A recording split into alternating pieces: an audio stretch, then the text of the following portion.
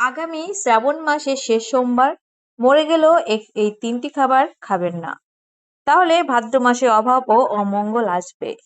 নমস্কার প্রিয় দর্শকবিন্দু, ভগবানী ভরসা চ্যানেল থেকে নতুন পর্বে আপনাদের সুস্বাগত। আশা করি ঈশ্বরের কৃপায় ভালো আছেন এবং সুস্থ আছেন। শ্রাবণ মাসের প্রত্যেকটি সোমবার একে একে পার হয়ে এবার এসে উপস্থিত হয়েছে শ্রাবণ মাসের শেষ সোমবার, অর্থাৎ পঞ্চম সোমবার। শ্রাবণ মাসের এই শেষ সোমবারটি ভক্তদের কাছে অত্যন্ত গুরুত্বপূর্ণ ও বিশেষ তাৎপর্যপূর্ণ। শ্রাবণ মাস তো শেষ হতে চলেছে, কিন্তু আপনি কি জানেন শ্রাবণ মাসের শেষ সোমবার মহাদেবের কাছে কেন এতটা বিশেষ? কেন লক্ষ লক্ষ ভক্ত এই দিনটির জন্য সারা বছর চাতক পাখির মতো অপেক্ষা করে থাকে? এর পেছনে লুকিয়ে রয়েছে এক গভীর আধ্যাত্মিক বিশ্বাস, যা জানলে আপনার মনও ভক্তিতে ভরে উঠবে। পুরাণ ও শাস্ত্রে বিভিন্ন বিশ্বাস অনুযায়ী গোটা শ্রাবণ মাস জুড়ে মহাদেবের বিশেষ আরাধনা করা হয়। আর সেই শেষ সোমবারকে অনেক ভক্ত শ্রাবণ মাসের শেষ ও অত্যন্ত গুরুত্বপূর্ণ আরাধনার দিন হিসেবে মনে করেন। অনেকের পক্ষে পুরো মাস উপবাস করা বা কঠিন নিয়ম পালন করা সম্ভব হয় না। তাই ধর্মীয় বিশ্বাস অনুযায়ী কেউ যদি শ্রাবণ মাসের শেষ সোমবারে একান্ত ভক্তি ও নিষ্ঠার সঙ্গে বাবা ভোলেনাথের শিবলিঙ্গে জল ও বেলপাতা অর্পণ করেন, তাহলে তার এই ভক্তিপূর্ণ আরাধনার অত্যন্ত পুণ্যময় বলে মনে করা হয়।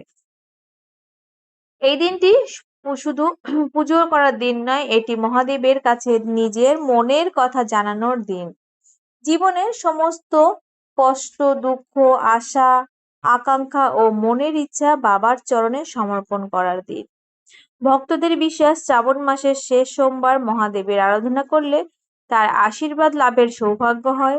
জীবনে কোনো কাজ দীর্ঘদিন ধরে আটকে থাকলে, কোনো সমস্যার পড়লে কিংবা কোনো বিশেষ মনস্কামনা থাকলে এই শুভ দিনে ভক্তি ভরে মহাদেবের কাছে প্রার্থনা করতে পারেন। তবে এই আনন্দের মধ্যেও রয়েছে এক আবেগঘন অনুভূতি। শ্রাবণ মাসের সমাপ্তির সঙ্গে ভক্তদের মনে আসে মহাদেবকে বিদায় জানানোর অনুভূতি। দেশের বিভিন্ন শিব মন্দির ভক্তরা শিবলিঙ্গে জল অর্পণ করে ভক্তি ভরে প্রার্থনা করেন, হে বাবা ভোলানাথ, আগামী বছর আবার যেন তোমার আরাধনা করার সৌভাগ্য লাভ করি। তাই শ্রাবণ মাসের শেষ সোমবারকে ঘিরে ভক্তদের মধ্যে থাকে বিশেষ উৎসাহ ও ভক্তি।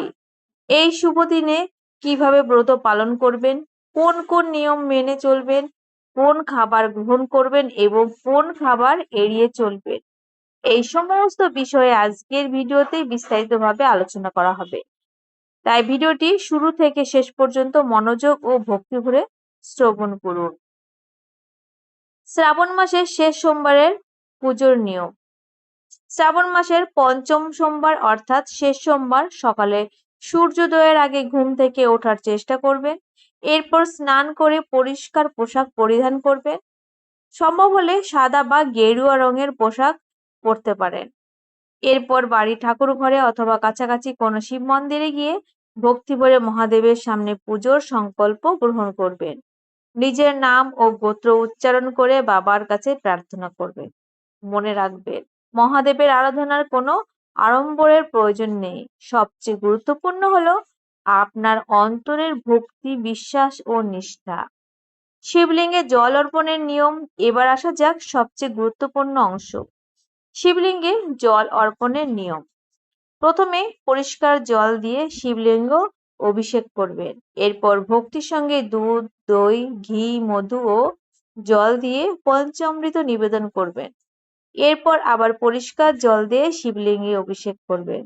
অভিষেকের সময় একাগ্র চিত্তে জপ করতে পারেন, ওম নমঃ শিবায়। ভক্তি ও নিষ্ঠার সঙ্গে মহাদেবের নাম স্মরণ করে তার চরণে নিজের সমস্ত দুঃখ, কষ্ট, আশা ও প্রার্থনা সমর্পণ করুন। বাবা ভোলেনাথ কাছে বাহ্যিক আড়ম্বরের চেয়ে অন্তরের ভক্তি সবচেয়ে বড়। এই বিশ্বাসকে হৃদয়ে ধারণ করেই শ্রাবণ মাসের শেষ সোমবার আরাধনা করুন। ভক্তদের জীবনে সমস্ত কষ্ট যেন নিমেষেই শীতল করে দেন বাবা ভোলানাথ। আর মহাদেবের সবচেয়ে প্রিয় জিনিসগুলোর মধ্যেও অন্যতম হলো বেলপাতা। তবে বেলপাতা অর্পণেরও রয়েছে কিছু বিশেষ নিয়ম। সম্ভব হলে 3টি পাতাযুক্ত পরিষ্কার ও অক্ষত বেলপাতা বেছে নিন। বেলপাতায় কোনো দাগ, ছেঁড়া বা ফাটল না থাকাই ভালো। এরপর বেলপাতার মসৃণ দিকে চন্দন লাগিয়ে ভক্তিভরে শিবলিঙ্গের উপর অর্পণ করতে পারেন। এর সঙ্গে ধুতরা ফুল ও অন্যান্য পবিত্র উপকরণও ভক্তিভরে নিবেদন করা হয়। তবে পুজোর উপকরণ নিয়ে বিভিন্ন শাস্ত্র ও আঞ্চলিক প্রথার কিছুটা ভিন্নতা রয়েছে। শ্রাবণ মাসের শেষ সোমবার আরাধনার আরেকটি গুরুত্বপূর্ণ সাধনা হলো মহামৃত্যুঞ্জয় মন্ত্র জপ। পুজোর শেষে শান্তপনে শিবলিঙ্গের সামনে বসে 108 বার মহামৃত্যুঞ্জয় মন্ত্র জপ করতে পারেন। এই সময় চোখ বন্ধ করে নিজের মনের গভীরতম কথা বাবা ভোলানাথের কাছে প্রার্থনার মাধ্যমে জানিয়ে দিন। নিজের দুঃখ, কষ্ট, আশা ও মনের ইচ্ছাগুলি তার চরণে সমর্পণ করুন। ভক্তির সঙ্গে মহাদেবের নাম স্মরণ করুন এবং প্রার্থনা করুন, হে বাবা ভোলানাথ, তোমার আশীর্বাদ যেন সারা বছর আমাদের ও আমাদের পরিবারের উপর থাকে। আমাদের জীবনের সমস্ত বাধা বিপত্তি দূর করে সঠিক পথে চলার শক্তি দাও। এবার আসা যাক আজকের ভিডিওর অন্যতম গুরুত্বপূর্ণ বিষয়ের দিকে। শ্রাবণ মাসের পঞ্চম সোমবার অর্থাৎ শেষ সোমবার কোন কোন খাবার এড়িয়ে চলা উচিত সেটি অবশ্যই জানা দরকার। শ্রাবণ মাসের এই পবিত্র দিনে অনেক ভক্ত উপবাস ও সাত্ত্বিক আহার গ্রহণ করে থাকেন। তাই পুজো বা ব্রত পালন করলে খাবারের ক্ষেত্রেও সংযম ও শুদ্ধতার দিকে বিশেষ নজর দেওয়া হয়। মনে রাখবেন, কোনো নির্দিষ্ট খাবার খেলে নিশ্চিতভাবে অমঙ্গল হবে এমন কথা সর্বত্র একভাবে বলা নেই। বিভিন্ন পরিবারে, অঞ্চল ও ধর্মীয় পরম্পরার নিয়মের পার্থক্য রয়েছে। তাই নিজের পরিবারের প্রচলিত রীতি ও বিশ্বাস অনুযায়ী ব্রত পালন করাই শ্রেয়। প্রথমত হলো আমিষ খাবার। শ্রাবণ মাসের সোমবার অনেক ভক্ত আমিষ খাবার সম্পূর্ণভাবে এড়িয়ে চলেন। বিশেষ করে ব্রত বা উপবাস পালন করলে মাছ, মাংস ও ডিমের মতো আমিষ খাবার না খেয়ে সাত্ত্বিক খাবার গ্রহণ করার রীতি রয়েছে। শুধু খাবারের ক্ষেত্রেই নয়, এই দিনটি ভক্তি, সংযম ও পবিত্রতার সঙ্গে কাটানোর চেষ্টা করুন। শ্রাবণ মাসের শেষ সোমবার অনেক ভক্ত বিশেষ সংযম ও সাত্ত্বিক আহার মেনে চলেন। তাই এই দিনে কোনো খাবার এড়িয়ে চলা হয় সেটিও জানা গুরুত্বপূর্ণ। দ্বিতীয়ত হলো পেঁয়াজ ও রসুন। ধর্মীয় পরম্পরা পেঁয়াজ ও রসুনকে অনেক সময় তামসিক খাদ্য হিসেবে বিবেচনা করা হয়। তাই পুজো, ব্রত বা উপবাসের দিনে অনেক ভক্ত এগুলি সম্পূর্ণভাবে এড়িয়ে চলে। বিশ্বাস করা হয় ব্রতের দিনে সহজ, সাত্ত্বিক ও সংযমী আহার গ্রহণ করলে মন শান্ত থাকে এবং পুজো আরাধনার একাগ্রতা বজায় রাখতে সুবিধা হয়। তৃতীয়ত হলো মসুর ডাল ও বেগুন। শ্রাবণ মাসে শিবের আরাধনা ও উপবাসের সময় অনেক পরিবারে মসুর ডাল ও বেগুন এড়িয়ে চলার রীতি রয়েছে। তবে এই নিয়ম সব সম্প্রদায় বা অঞ্চলে একই নয়, তাই নিজের পরিবারের প্রচলিত ধর্মীয় রীতি অনুসারে করাই ভালো। চতুর্থত হলো নেশা জাতীয় দ্রব্য। শ্রাবণ মাসের শেষ সোমবারকে পবিত্রভাবে পালন করতে চাইলে যে কোনো ধরনের নেশা জাতীয় দ্রব্য থেকে সম্পূর্ণ দূরে থাকা উচিত। এই দিনটি ভক্তি ও সংযম ও আত্মশুদ্ধির দিন হিসেবে পালন করা হয়। তাই মন ও শরীরকে শান্ত রেখে বাবা ভোলানাথের আরাধনায় নিজেকে সমর্পণ করুন। মহাদেবকে প্রসন্ন করার জন্য খাবারের আড়ম্বরের প্রয়োজন নেই। আপনার সামর্থ্য ও স্বাস্থ্য অনুযায়ী ফল, দুধ, সাবুদানা বা অন্যান্য সাত্ত্বিক খাবার গ্রহণ করতে পারেন। মনে রাখবেন, ভগবান শিবের আরাধনার সবচেয়ে গুরুত্বপূর্ণ হলো ভক্তি, বিশ্বাস ও সংযম ও শুদ্ধ মন। আপনি হয়তো ভাবছেন সবজি তো নিরামিষ, তাহলে আপনি কিছু সবজি এড়িয়ে চলার কারণ কি? শ্রাবণ মাসের উপবাসের ক্ষেত্রে বিভিন্ন পরিবার ও ধর্মীয় পরম্পরায় কিছু নির্দিষ্ট সবজি এড়িয়ে চলার রীতি রয়েছে। এবার চলুন জেনে নেওয়া যাক সেগুলি সম্পর্কে। প্রথমত হলো বেগুন। শ্রাবণ মাসে বা শিবের উপবাসের দিনে অনেক ভক্ত বেগুন এড়িয়ে চলে। এর পেছনে ধর্মীয় বিশ্বাসের পাশাপাশি বর্ষাকালে বেগুনে পোকামাকড়ের উপস্থিতির মতো কিছু ব্যবহৃত কারণে কথাও বলা হয়েছে। তাই শ্রাবণ মাসে বেগুনটা না খাওয়াই ভালো। দ্বিতীয়ত হলো শাক পাতা। বর্ষাকালে অনেক পরিবারে বিভিন্ন ধরনের শাক পাতা এড়িয়ে চলার রীতি রয়েছে। কারণ বর্ষার সময় শাক পাতা ভালোভাবে পরিষ্কার না হলে ময়লা বা জীবাণু থেকে যাওয়ার সম্ভাবনা থাকে। বিশেষ করে উপবাসের সময় তাই অনেকের সহজ ও পরিচ্ছন্ন খাবার বেছে নেন। তৃতীয়ত হলো মূলো। কিছু ধর্মীয় পরম্পরার বিশেষ শিবের আরাধনা বা উপবাসের দিনে মূলো এড়িয়ে চলার রীতি রয়েছে। তাই আপনি যদি নিজের পরিবারিত রীতি অনুযায়ী শ্রাবণ মাসের শেষ সোমবার ব্রত পালন করেন তাহলে এই খাবারগুলি এড়িয়ে চলতে পারেন। তবে মনে রাখবেন এই খাদ্য নিয়ম অঞ্চল, পরিবার ও ধর্মীয় পরম্পরা অনুযায়ী পরিবর্তিত হতে পারে। তাই এই ভক্তি ভরে নিজের প্রচলিত নিয়ম মেনে চলাই সবচেয়ে গুরুত্বপূর্ণ। শ্রাবণ মাসের শেষ সোমবার বাবা ভোলানাথের চরণে ভক্তি ও নিষ্ঠা সমর্পণ করুন। আপনার মনে যেন থাকে শান্ত, পবিত্র ও মহাদেবের উপর সম্পূর্ণ। বন্ধুরা, এবার প্রশ্ন আসতেই পারে, উপবাসের সময় তাহলে কি খাবেন? উপবাস ভাঙার পর বা ব্রতের নিয়ম অনুযায়ী আপনি আলু, মিষ্টি আলু, রাঙা আলু, কাঁচকলা, পেঁপে, কুমড়ো এবং শসার মতো সহজ ও সাত্ত্বিক খাবার গ্রহণ করতে পারেন। তবে আপনার উপবাসের নিয়ম ও শারীরিক প্রয়োজন অনুযায়ী খাবার বেছে নেবেন। এতক্ষণে আমরা জানলাম শ্রাবণ মাসের শেষ সোমবার কোন কোন খাবার এড়িয়ে চলা হয়। এবার জেনে নেওয়া যাক এই পবিত্র দিনে কোন কোন কাজ থেকে আমাদের বিরত থাকা উচিত। প্রথমত হলো মনের শুদ্ধতা। শুধু উপবাস করলেই শরীর শুদ্ধ হয় না, মনের শুদ্ধতাও অত্যন্ত গুরুত্বপূর্ণ। তাই শ্রাবণ মাসের সোমবারে কাউকে গালিগালাজ করা, কটু কথা বলা, অকারণে রেগে যাওয়া কিংবা কারো মনে কষ্ট দেওয়া থেকে বিরত থাকুন। বাবা ভোলানাথ শান্তি, সংযম ও ভক্তির প্রতীক। তাই পুজোর পাশাপাশি নিজের আচরণকেও সুন্দর ও সংযত রাখার চেষ্টা করুন। দ্বিতীয়ত হলো পোশাকের ক্ষেত্রে।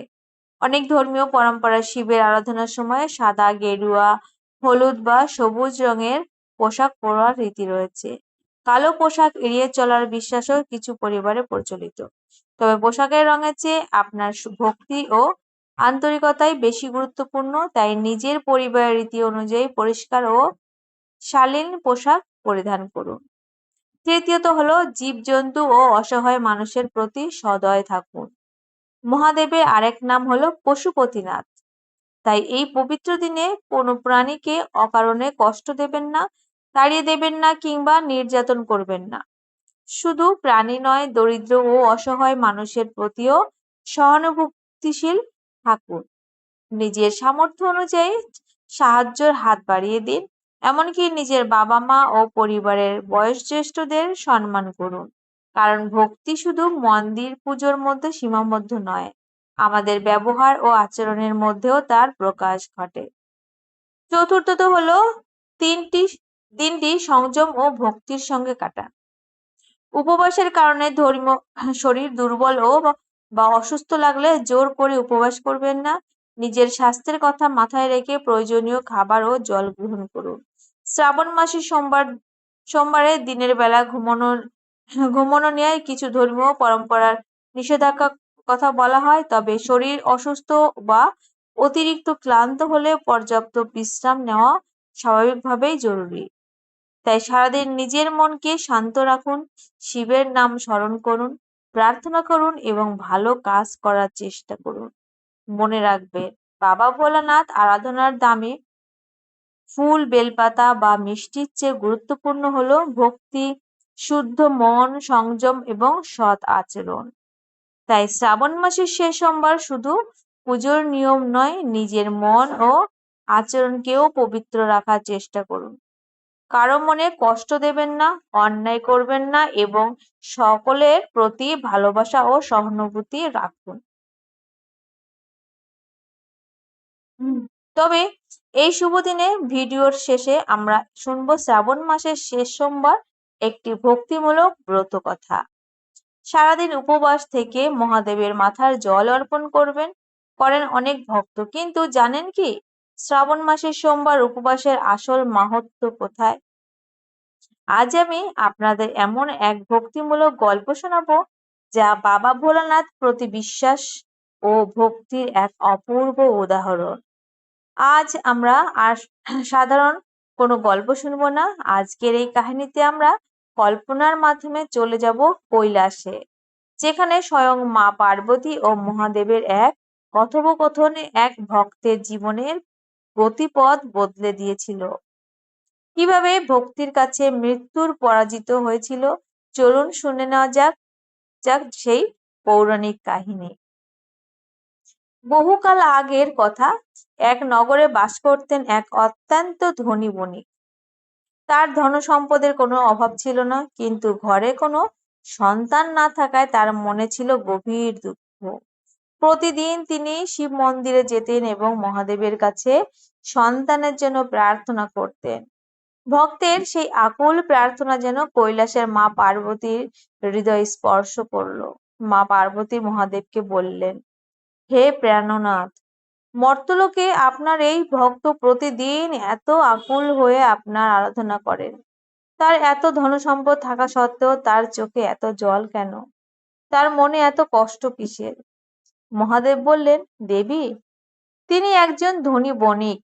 তার জীবনে একমাত্র অভাব একটি সন্তানের। তিনি প্রতিদিন আমার কাছে এসে একটি পুত্র সন্তানের জন্য প্রার্থনা করেন। তখন মা পার্বতী বললেন, প্রভু, আপনি তো ভক্তের মনস্কামনা পূরণ করেন। এই বণিকের ঘরেও একটি পুত্র সন্তান দিন। তার ঘরটি সন্তানের আলোয় ভরে উঠুক। মহাদেব কিছুক্ষণ নীরব থেকে বললেন, পার্বতী, বিধির বিধান পরিবর্তন করা অত্যন্ত কঠিন। তার ভাগ্যে সন্তানের যোগ নেই। তবুও তোমার অনুরোধ এবং তার অটুট ভক্তিতে প্রসন্ন হয়ে আমি তাকে পুত্র সন্তান দেব। কিন্তু একটি শর্ত রয়েছে। মা পার্বতী জানতে চাইলেন, কি শর্ত প্রভু? মহাদেব বললেন, সেই সন্তানের আয়ু হবে মাত্র 12 বছর। 12 বছর পূর্ণ হওয়ার পরে তার মৃত্যুর সময় আসবে। এটাই বিধির বিধান। মহাদেবের আশীর্বাদে অবশেষে বণিকের ঘরে এক পুত্র সন্তান জন্ম নিল।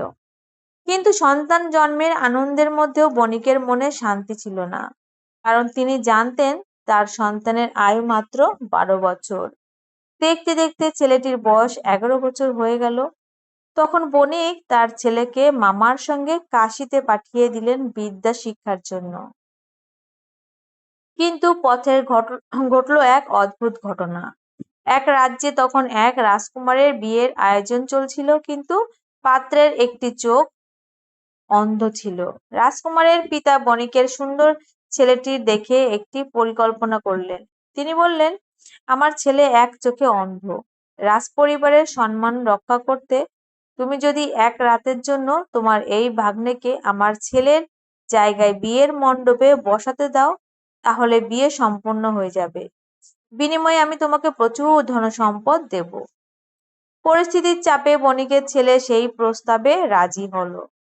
বিয়ে অনুষ্ঠান সম্পন্ন হয়ে গেল, কিন্তু বিদায় নেওয়ার আগে ছেলেটি রাজকুমারীর ওড়নায় একটি গোপন কথা লিখে দিয়ে গেল। সে লিখল, তোমার বিয়ে আমার সঙ্গে হয়েছে ঠিকই, কিন্তু যিনি তোমাকে স্বামী সেজে নিয়ে যাবেন তিনি আসলে এক চোখে অন্ধ। আমি বিদ্যা শিখার জন্য কাশীর উদ্দেশ্যে চলে যাচ্ছি। এরপর ছেলেটি তার মামার সঙ্গে কাশীতে পৌঁছালো। সেখানে শুরু হলো তার বিদ্যা শিক্ষা। দেখতে দেখতে সেই ভয়ঙ্কর দিনটি এসে গেল। ছেলেটির 12 বছর পূর্ণ হওয়ার দিন। সেই ছেলেটি তার মামাকে বলল, মামা, আজ আমার শরীরটা খুব খারাপ লাগছে, মাথাটা কেমন ঘুরছে। মামা বললেন, তুই চিন্তা করিস না বাবা, তুই ঘরের মধ্যে গিয়ে একটু বিশ্রাম নে, আমি মহাদেবের পুজো করে আসছি। ছেলেটি ঘরে গিয়ে বিশ্রাম নিতে গেল, কিন্তু কিছুক্ষণ পরে তার জীবনবাসনা হলো। মহাদেবের বাণী অনুযায়ী 12 বছর বয়সী তার মৃত্যুর সময়ে উপস্থিত হলো। মামা ঘরে ফিরে ছেলেটিকে নিথর অবস্থায় দেখে শোকে ভেঙে পড়লেন। তার কান্নায় যেন চারিদিকে ভারী হয়ে উঠল। ঠিক সেই সময় আকাশপথে কৈলাসের দিকে যাচ্ছিলেন মহাদেব ও মা পার্বতী। মামার সেই হৃদয় বিদায়ক কান্না শুনে মা পার্বতীর হৃদয় কেঁদে উঠল। তিনি মহাদেবকে বললেন, প্রভু, ওই যে দেখুন কাশীর ঘাটে একটি বালকের দেহ পড়ে আছে। এ তো সেই বণিকের ছেলে। আজ আর তার 12 বছর পূর্ণ হয়েছে। আমি তার কান্না আর সহ্য করতে পারছি না। প্রভু, আপনি দয়াময়, তার প্রাণ ফিরিয়ে দিন। মহাদেব শান্ত ও প্রসন্ন কণ্ঠে বললেন, পার্বতী, আমি আগেই বলেছিলাম, অটুট ভক্তির শক্তি অপরিসীম। যে ভক্ত নিষ্ঠা ও বিশ্বাসের সঙ্গে আমার আরাধনা করে তার প্রতি আমার কৃপা থাকে। তার পিতার দীর্ঘদিনের ভক্তি ও শ্রাবণ মাসের সোমবারের ব্রতের প্রতি অটুট বিশ্বাসে আমি প্রসন্ন। তাই আজ এই বালককে জীবন দান করছি। মহাদেবের আশীর্বাদে বালকটি যেন ঘুম থেকে জেগে ওঠার মতো প্রাণ ফিরে পেল। এরপর সে কাশী থেকে ফিরে নিজের রাজ্যে গেল এবং সেই রাজকুমারীকেও সঙ্গে নিয়ে নিজের পরিবারের কাছে ফিরে এলো। বালককে জীবিত অবস্থায় ফিরে দেখে তার বাবা মা আনন্দে আত্মহারা হয়ে গেলেন। ভক্তদের বিশ্বাস ও প্রচলিত এই ব্রত কথার মূল শিক্ষা হলো, অটুট ভক্তি, বিশ্বাস ও নিষ্ঠার কাছে মানুষের মনোবল আরো শক্তিশালী হয়ে ওঠে এবং ভক্তের হৃদয়ে মহাদেবের প্রতি আস্থা গভীর হয়। বন্ধুরা, এটাই বাবা ভোলানাথের মহিমার এই ভক্তিমূলক ব্রত কথা। শ্রাবণ মাসের শেষ সোমবারে ভক্তি ভরে এই ব্রত কথা শ্রবণ বা পাঠ করে মহাদেবের চরণে নিজের মনস্কামনা ও প্রার্থনা নিবেদন করুন। তো বন্ধুরা, বাবা ভোলানাথের এই ভক্তিময় কাহিনী যদি আপনাদের হৃদয়ে ছুঁয়ে যায়, তাহলে ভালোবাসা ও ভক্তি দিয়ে ভিডিওটি লাইক করতে ভুলবেন না। আবার আপনার মনের ভক্তি ও শ্রদ্ধা আপনার সঙ্গে ভাগ করে নিতে কমেন্ট বক্সে ওম নমঃ শিবায় লিখে জানান। আপনার প্রিয়জন ও অন্যান্য শিব ভক্তের কাছে এই ভক্তিময় ভিডিও শেয়ার করে দিন, যাতে তারাও বাবা ভোলানাথের মহিমা শ্রবণ করার সুযোগ পান। আর এখন এমনই ভক্তিমূলক ভিডিও নিয়মিত পেতে আমাদের চ্যানেলটি সাবস্ক্রাইব করে পাশে থাকুন। বাবা ভোলানাথ আপনার ও আপনার পরিবারের জীবনে শান্তি, সুখ ও মঙ্গল দান করুন। এই প্রার্থনাই করি। হর হর মহাদেব। ওম নমঃ শিবায়।